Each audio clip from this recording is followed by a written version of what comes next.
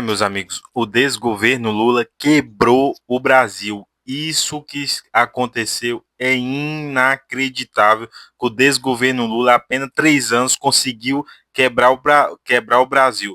Pegou o Brasil tendo superávit aí nas suas contas, muito bem administrado pelo Paulo Guedes e o presidente Bolsonaro, e o Haddad e o Lula quebrou o Brasil.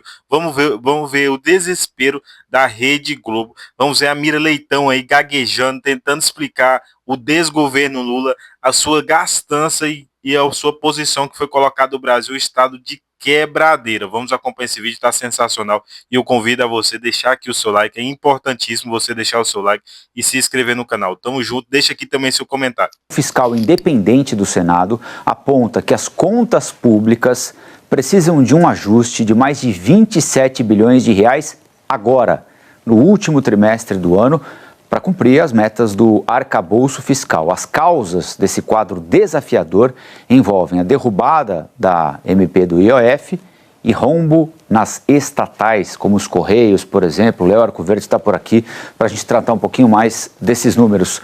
27 bi, assim, é começar a raspar as gavetas, procurar a moeda no fundo da gaveta, ou não é, Léo? Eu sempre brinco. Bom dia, Colombo. Bom dia você que está aqui com a gente no Conexão.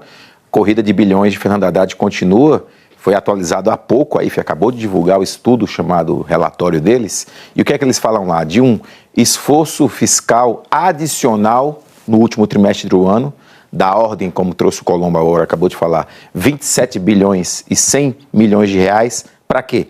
Para, ao final do ano, as contas da União terem ali um déficit de 31 bilhões de reais. Digamos, tem que achar 27 para, entre aspas, dever 31, não é exatamente dever, a diferença entre receitas e despesas, para 31 bilhões, sabe o que é, Colombo, esse déficit de 31 bilhões? Os tais 0,25% da banda inferior das metas do arcabouço para este ano. O piso da meta para este ano é o déficit zero. Aliás, o governo está autorizado pelo TCU a procurar o piso da meta. Vai lá no piso, bate lá. Para os próximos anos, o TCU diz que quer a meta. Quer a meta. No ano que vem, essa meta é 0,25 de superávit. E aí, ouvindo especialistas em contas públicas, vai saber onde vai achar esse dinheiro. Mas bora dar uma olhadinha nos dados aqui, Colombo. Primeiro, com esse acumulado de janeiro a setembro, em bilhões de reais, resultado primário do governo, sempre atualizado mensalmente, e a IFE aponta aqui, né, que no primeiro semestre ainda teve uma situação de superávit, tanto ano passado quanto este ano, por exemplo, começava ali com mais de 80 bilhões dos 2 anos,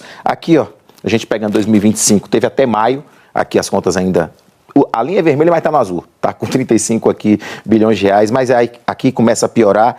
E para os finalmente, o mais importante, a gente tem aqui déficit, considerando os últimos 12 meses, sempre atualizado, aí da ordem de 100 bilhões de reais, que nas contas da IFE, como a gente acabou de explicar, achando 27 bilhões, consegue bater ali no piso da meta. Então, a IFE apontou problemas, como você falou, MP 303, que era a alternativa ao IOF, que acabou sendo derrubada pelo Congresso, então isso gerou um problema, aí fez essas contas, colocou isso, e o que a gente falou dias atrás em relação aos Correios, que está precisando aí buscando 20 bilhões para conseguir sanear suas contas, pois bem, também o resultado primário das estatais é um dos destaques desse estudo da IFE, a gente vai mostrar agora, e não é só Correios, tá?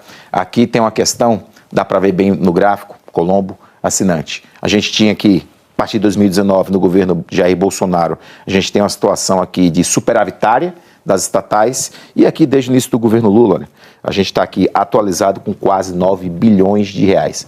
Falei que não é só Correio, porque a IFE vai listando lá. Por exemplo, aquela empresa de projetos navais, a Engeprom, é a que lidera o déficit, agora atualizado, mais de 2 bilhões de reais, acima um pouquinho dos Correios, só que são situações diferentes. E sempre eu trago aqui, sempre que a gente traz aqui os dados de estatal, quem sempre critica o que a gente fala em relação a déficit, a própria ministra Esther Dweck, ministra da Gestão, ela fala, não, que a gente encara como investimento em várias dessas estatais. Correios não. Correios, mesmo membros do governo, sabem que ali tem um problema grave, não só em relação às contas de hoje, mas principalmente perspectiva. Como resolver a situação dos Correios, como a gente já conversou aqui, Colombo. Muito bem. Obrigado, Léo, meu amigo. Até a próxima, meu amigo. Vamos continuar nesse assunto com a Miriam Leitão. Miriam, a questão, como o Léo nos mostrou aqui, é como fechar essas contas em meio a alguma boa dose de indisposição do Congresso Nacional, né? Exatamente, em relação ao ano que vem, Colombo, porque aí vocês estavam falando sobre esse ano, e esse é o alerta que está sendo feito sobre o que falta fazer, que a instituição fiscal independente alerta para esse ano, falta 27 bilhões para chegar na meta, mas a gente tem o ano que vem, como é que faz para o orçamento ficar de pé, para ele ser votado, ele tramitar. Nesse momento a gente está com esse impasse. Caiu parte da receita e parte do corte de despesas quando a MP 1303 perdeu validade. Então, de onde vai tirar esse dinheiro? Essa é toda a discussão que a gente tem nesse momento. A expectativa é que já tivesse sido apresentado. Eles estão com a ideia de retornar com as mesmas ideias que estavam na MP 1303, tributação das betings, das fintechs, enfim, outras medidas que a gente já falou muito aqui e quem nos acompanha sabe, mas ainda não se sabe através de que mecanismo vai ser, né? Se vai ser acoplado a uma proposta já tramitando. Ontem foi aprovado na Comissão de Tributação, de Finanças e Tributação, a urgência para tramitar um projeto que aumenta o imposto sobre as bets de 12% para 24%. Na 1303 é de 12% para 18%. Então isso, pelo menos, esse está andando, mas o governo ainda não sabe muito bem. Toda a dificuldade é que tudo isso tem que ser decidido rapidamente para que para que se refaça a peça orçamentária. Então, olha, aquela receita que não foi dessa forma pela 1303 virá dessa outra forma, né? Ou corte de despesas.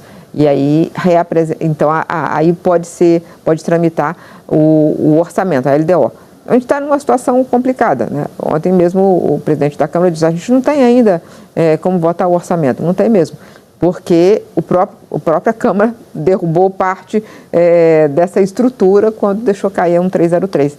E o governo, ainda que tenha falado, tenha decidido fazer através de 2 instrumentos, 2 MPs separadas, ainda não aconteceu. Não se sabe exatamente como é que vai ser tampado esse rombo e o orçamento poder tramitar.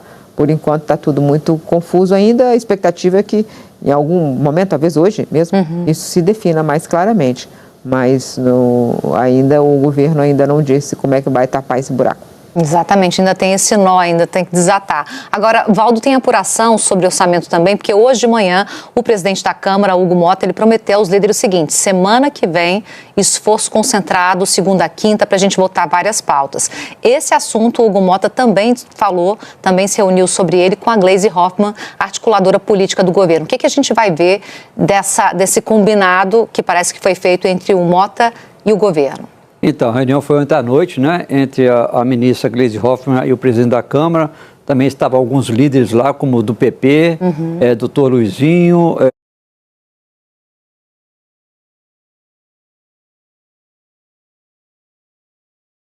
São 15 bilhões de corte de gasto, medidas para você combater fraudes no seguro-defesa, a questão da TestMed, para você também condenar...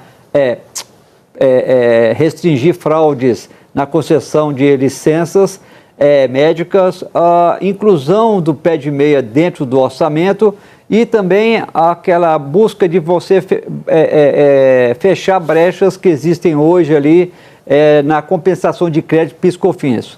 Tudo isso dá 25 bilhões, né?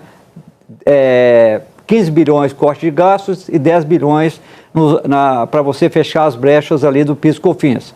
Ao mesmo tempo, o governo vai também enviar uma medida provisória com esse mesmo conteúdo desse projeto que vai ser votado na semana que vem.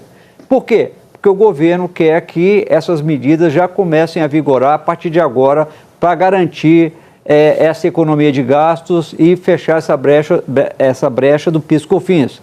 Com isso, o governo acredita que vai evitar uma nova contenção de gastos agora em novembro. Sem essa medida aprovada, o governo já avisou que teria que bloquear gastos, bloquear contingência a gastos e que poderia atingir até emendas parlamentares. Então, isso está sendo negociado.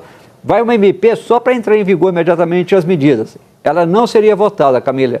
Seria votado o projeto de lei. Mas como para votar um projeto de lei demora mais ou menos um mês, mesmo que a Câmara aprove semana que vem, tem que ir para o Senado ainda, então vai SMP. E no caso da tributação das BETs, das fintechs e dos juros de capital próprio, vai um projeto de lei em regime de urgência. Isso aí vai gerar muita reclamação dentro da Câmara, Camila. Pois é, estamos só no começo, vamos acompanhar toda essa agitação que vai ser em torno do orçamento do ano que vem, dessas negociações. Gente, falando ainda em economia... Meus amigos, a Miri Leitão aí passando vergonha para tentar defender o desgoverno Lula da maior atrocidade que está acontecendo, fora as outras, que são várias atrocidades. A perseguição política, a falta de liberdade, a implantação do comunismo aí no Brasil e também o descontrole que colocou o Brasil agora em prestes à falência. O povo brasileiro está vivendo das maiores crises da história e o pior de tudo que é só o começo dessa crise. Isso é o que impressiona. Você pode observar, eu mesmo tenho alguns amigos empresários, eles não sabem mais o que fazer. Não sabem mais o que fazer por conta da ninguém tá comercializando da forma que estava há 3 ou 4 anos atrás, mesmo com a pandemia. Os empresários estão assim e os empresários estão demitindo, estão procurando a melhor forma para conduzir as suas empresas, mas não, ninguém está comprando, ninguém está comprando. Eu mesmo fui comprar um sapato para minha filha, entrei numa loja, em uma grande loja nacional aqui do Brasil, eu entrei, e só tinha somente as mulheres que trabalhavam nessa loja. Tava lá somente as funcionárias, ninguém entrando na loja. Estamos entrando aí no período de Natal, de final de ano, onde está aquela movimentação, as promoções. A loja está repleta de promoções, mas somente a loja gigantesca. Eu entrei com a minha esposa e lá só tinha as atendentes e as mulheres do caixa, somente isso. E todo o período que a gente ficou na loja não entrou ninguém, somente nós. A mulher até perguntou: vocês moram aqui mesmo na cidade? E aí a gente, não, a gente estava vindo de outra cidade para comprar aqui nessa loja. E a mulher ficou impressionada, porque durante todo o período que a gente ficou lá não entrou ninguém. E ela estava ali na maior felicidade, porque a gente tinha entrado na loja e estava comprando. É impressionante a crise que está acontecendo no Brasil. O povo brasileiro, se não tomar uma iniciativa, o Brasil vai entrar em um colapso financeiro, já está entrando em um colapso financeiro jamais visto. O que está acontecendo é muito triste, infelizmente. Galera, se você está assistindo esse vídeo, é importante você deixar aqui o seu like, se inscrever no canal para você acompanhar todos os vídeos e fortalecer os canais aqui de direita, porque vem trazendo aí o desespero dessa Globo lixo, vem trazendo aí as narrativas que eles tentam implantar e a gente aqui desconstrói essas narrativas, beleza? Dia após dia. E tamo junto e até o próximo vídeo.